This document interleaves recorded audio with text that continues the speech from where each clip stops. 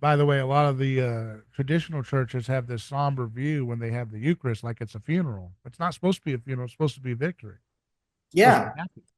But I think, and this is kind of a sidebar comment, but I think they have that feeling of a funeral because they feel guilty for what they're doing, And I right. understand why, but it's they're reenacting a scapegoat murder, and they don't really understand why, that's not the point of the Eucharist. That's part of it is to kind of become aware of it, but it's not to stay in that guilt of like, oh my gosh, I have to be Yeah, I have to be somber as I kill God's liberal son, and eat him.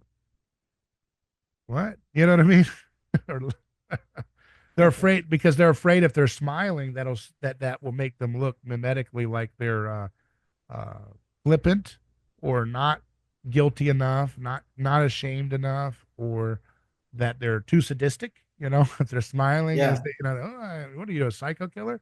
So they're afraid to show any emotions, which is similar to the clinical disposition of a lot of ritual sacrifices throughout history.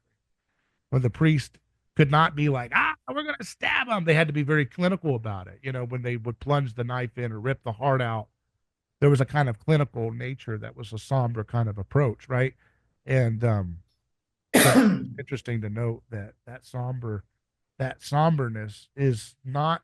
It's not that you can't have emotions are not evil, but I think it's a tell, like a poker tell, that yeah, people have not figured out exactly what the point of the Eucharist really is about, which is rather than reenacting the role of killing a scapegoat, your job is to become the scapegoat. To risk being marginalized by your entire community is to be Christ, right? To risk having forgiveness of enemies, even if that marginalizes your friends that have you in a good position, is to be Christ. To stand in solidarity with the vulnerable and the socially dispossessed is to be Christ, right?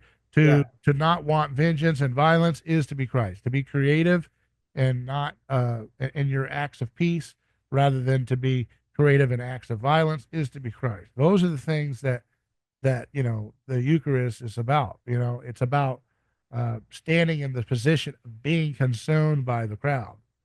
So when you consume the person who is consumed by the crowd, you will be consumed by the crowd in your life. If you're consuming the yeah, person as if you are just a part of the mob, a dirty mob that will go ahead and do this ritual and go about being a horrible person politically and socially afterwards, then you're not doing the Eucharist. That's not the point. It is a technology too. It allows us to see with the eyes of the scapegoat, like Jesus saw yeah. the And scapegoat. just as we partake of the Eucharist, we are the world is to partake of the body of Christ, which is the church, right? So that's like Yeah. that's the mimetic.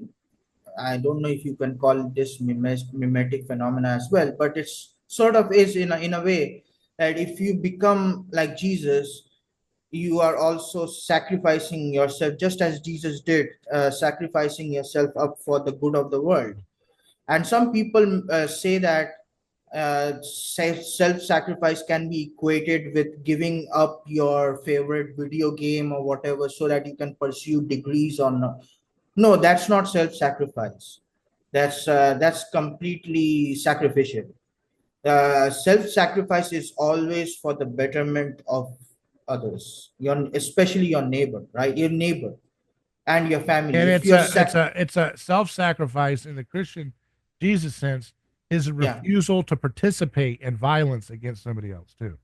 yeah, Because there's that a is lot of very people key. that will Yeah, lay down their life for their neighbor in theory for a war, and then they die for a war that should have never happened. But that right. true Christian self-sacrifice is a refusal to sacrifice your neighbor when you have the opportunity to. Yeah, yeah, exactly. That's That is why the that's why they tempted him, come down from the cross and all that. Send your angels, send your army. That was the temptation of sacrifice. You see, the whole story is about this. Like every yeah. passage is you don't have to reach. There's not like we don't just have one passage, obscure passage that we've made this theology out of. It's literally everywhere you look.